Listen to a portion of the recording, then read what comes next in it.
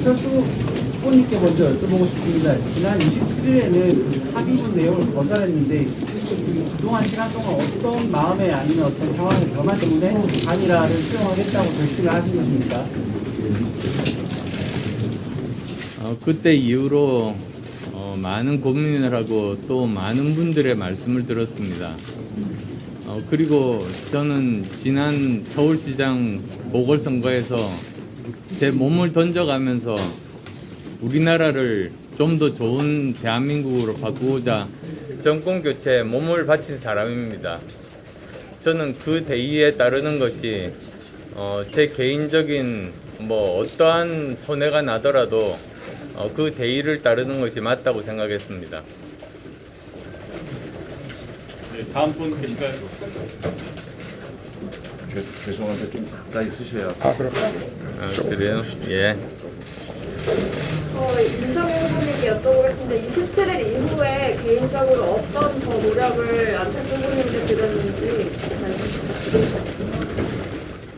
뭐 누가 먼저라 할 것도 없이 서로 또 소통을 했고요.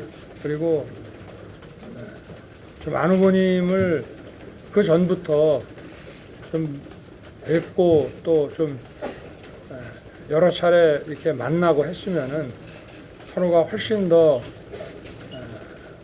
상대방을 잘 이해하고 신뢰하고 할 수 있지 않았겠나 하는 아쉬움이 많았습니다.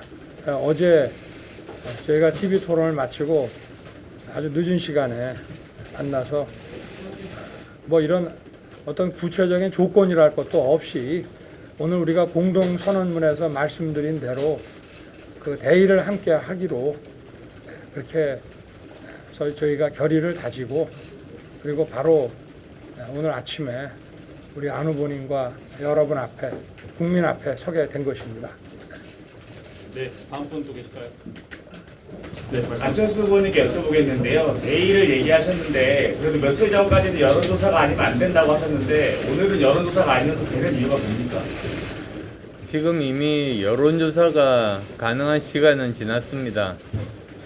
그리고 이제 현실적으로 가능한 방법을 찾아야 됐습니다. 그리고 또 아시겠습니다만 지난 10년간 저는 정치권에서 정말로 많은 노력을 했습니다.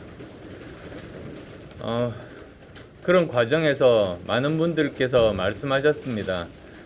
제가 국회의원으로서 여러 가지 열심히 입법 활동을 했습니다만 그걸 직접 성과로 보여주는 그런 행정적인 업무는 하지 못했습니다.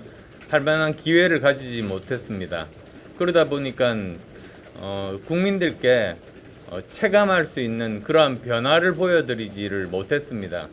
사실 제가 정치를 시작한 일이 세상을 바꾸기 위해서 시작한 일 아니겠습니까? 그래서 저는 이번 기회를 통해서 제대로 우리나라를 더 좋은 나라로 만드는 그런 변화의 모습을 보여드리고 만약에 그렇게 되면 아마 오늘 제 결심에 따라서 실망한 분들도 저는 많이 계시리라고 생각합니다. 제3당으로서 계속 존속하면서 열심히 투쟁하기를 원하시는 분들도 많이 계시리라고 생각합니다. 이 자리를 빌어서 정말 그분들께 죄송하다는 말씀을 드립니다. 그리고 또 그분들이 실망하시지 않도록 반드시 대한민국을 더 좋은 나라로 만드는 그런 제 실행력을 증명해서 그분들께 보답하겠습니다. 예, 감사합니다. 다음 분 계실까요? 여기 가운데. 합성을 정부인지 이후에 직접 하셨다고 하시는데 어떤 방식으로 하실지 제가 어느 분한테 뭐 여쭤보시는 거죠? 어느 분한테 두 분 중에? 아무래도 네 저희가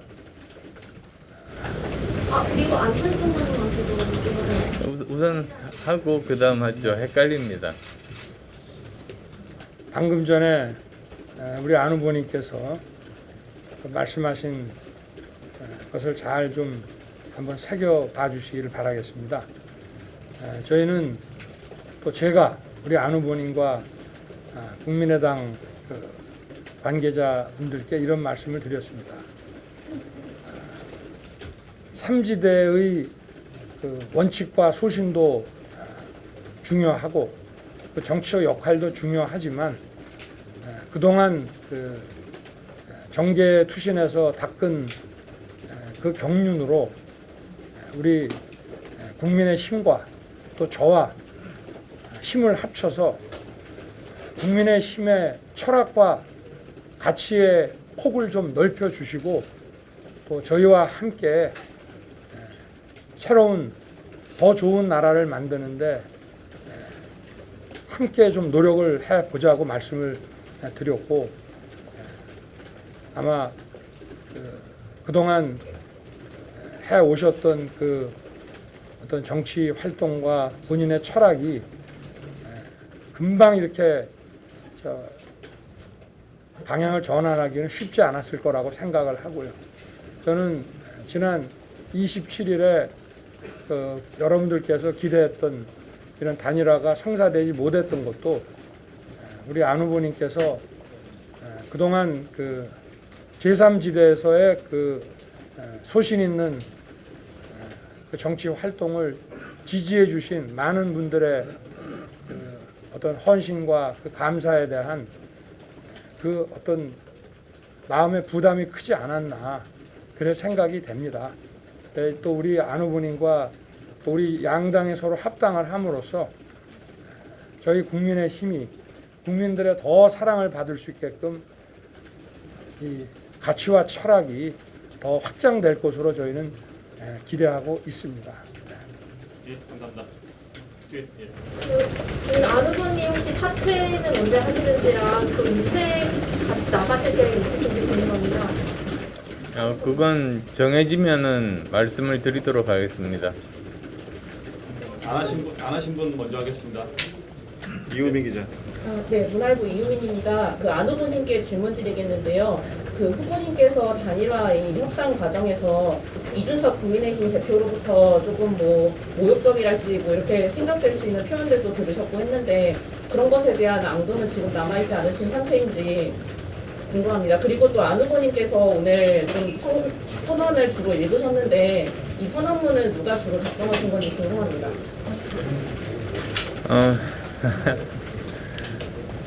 저는 별로 관심 없는 이야기에는 귀를 기울이지 않습니다. 그래서 그 사람이 어떤 말을 했는지는 저는 잘 모릅니다. 나중에 좀 알려주십시오.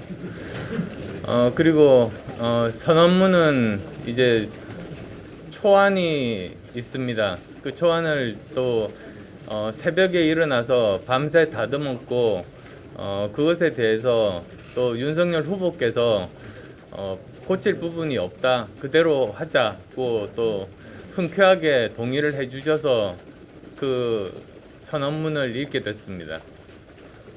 네, 감사합니다. 안 하신 분 먼저 하겠습니다. 아니 아까 안 후보님 행정적 업무 언급하셨는데요. 혹시 입각을 고려하고 계신 건지 궁금합니다.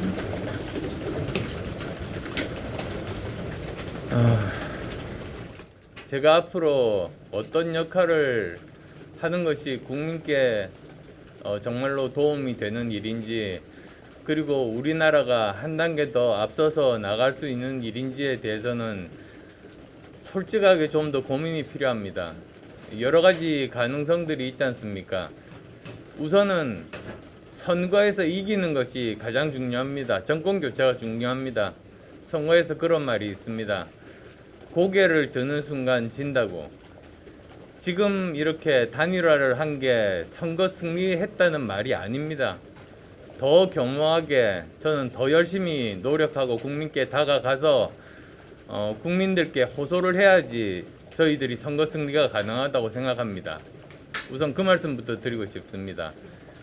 그리고 그 다음에 선거 승리를 하고 나면 제가 어떤 일로 국민들께 보답하고 더 좋은 대한민국을 만들 수 있을지 고민은 저는 그때 할 수 있다라는 생각입니다.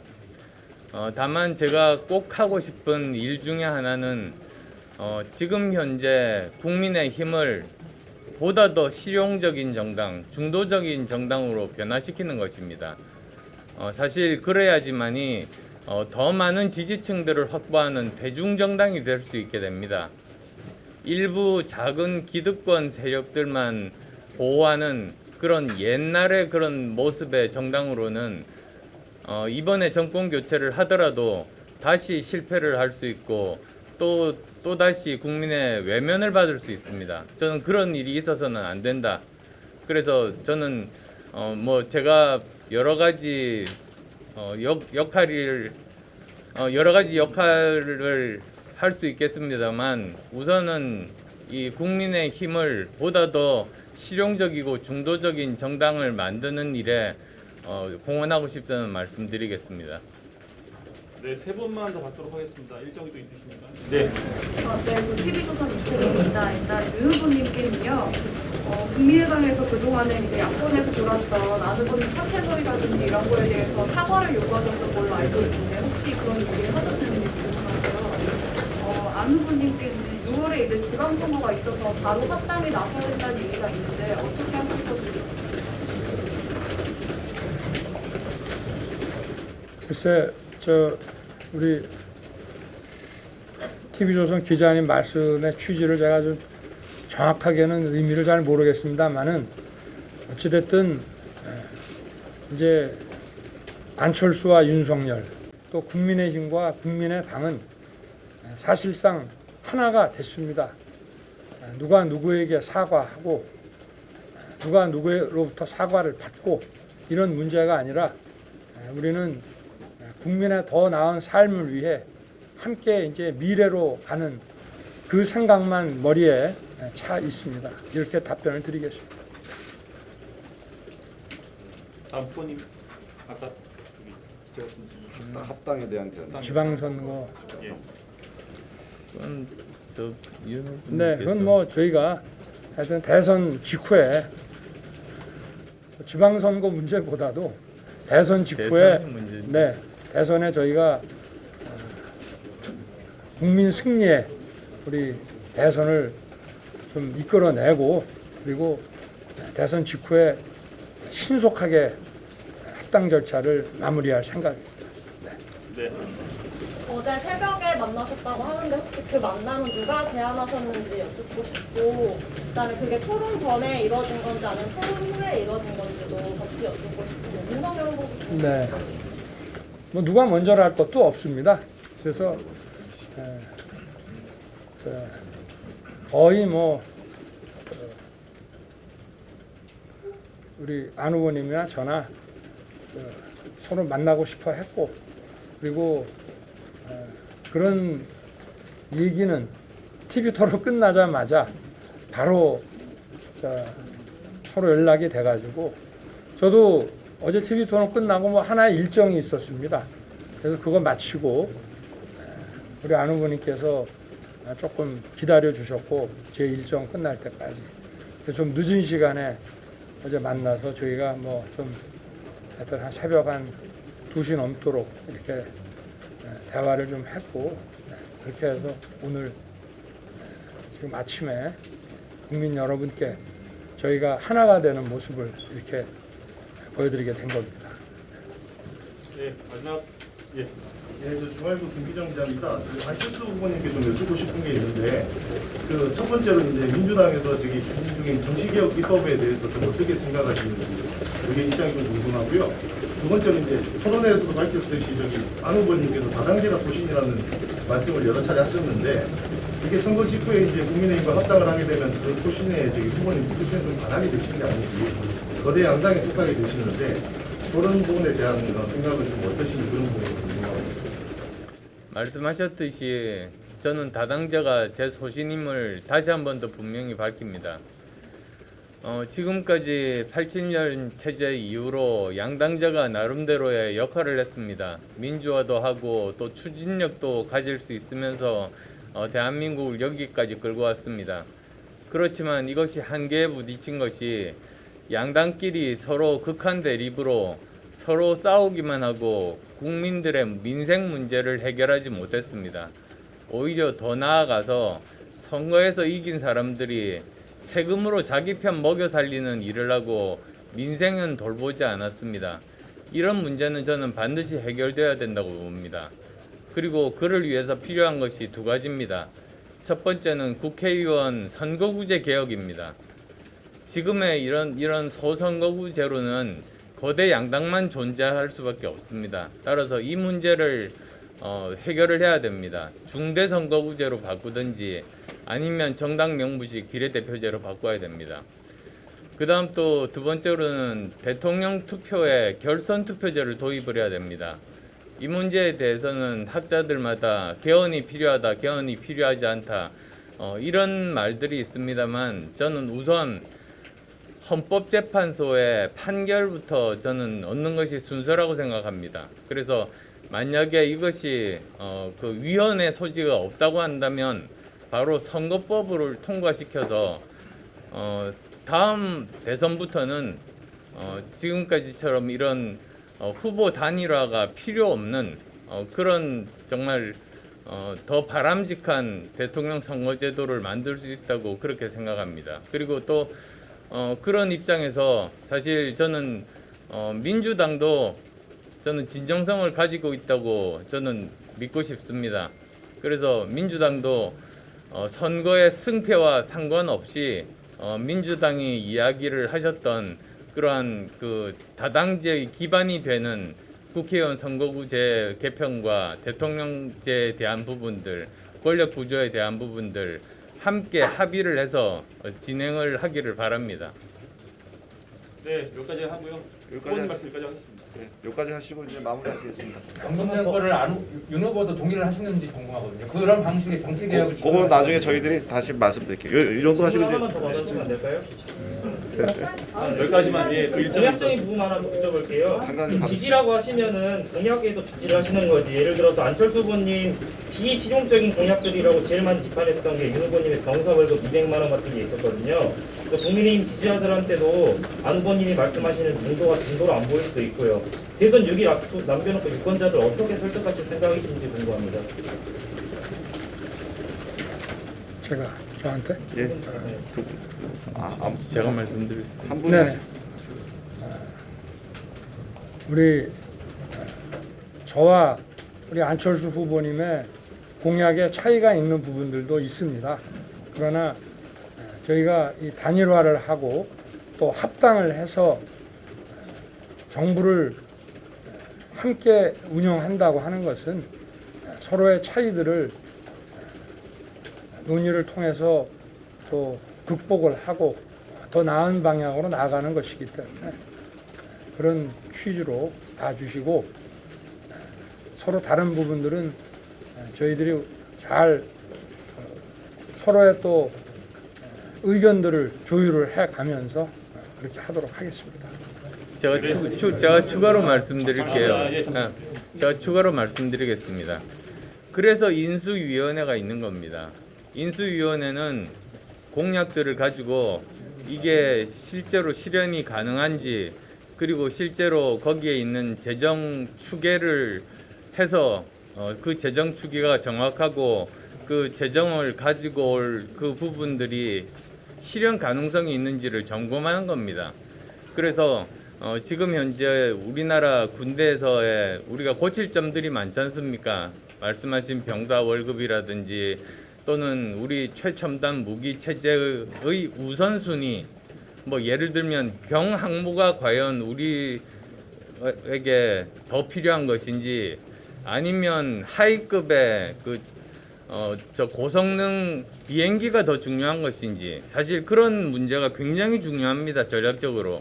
그러니까 그런 부분들에 대해서 서로 각자 다른 분야의 전문가들이 있습니다. 저희는 저희대로 있고 국민의힘은 국민의힘대로 있습니다. 그래서 함께 모여서 이 인수위원회에서 논의를 하면 저는 보다 더 대한민국을 위해서 훨씬 더 좋은 안이 만들어질 수 있는 그런 시너지가 날 수 있을 거라고 믿습니다. 예, 감사합니다. 고생하셨습니다. 다음 일정 때문에 여기까지만 하겠습니다. 수고하셨습니다.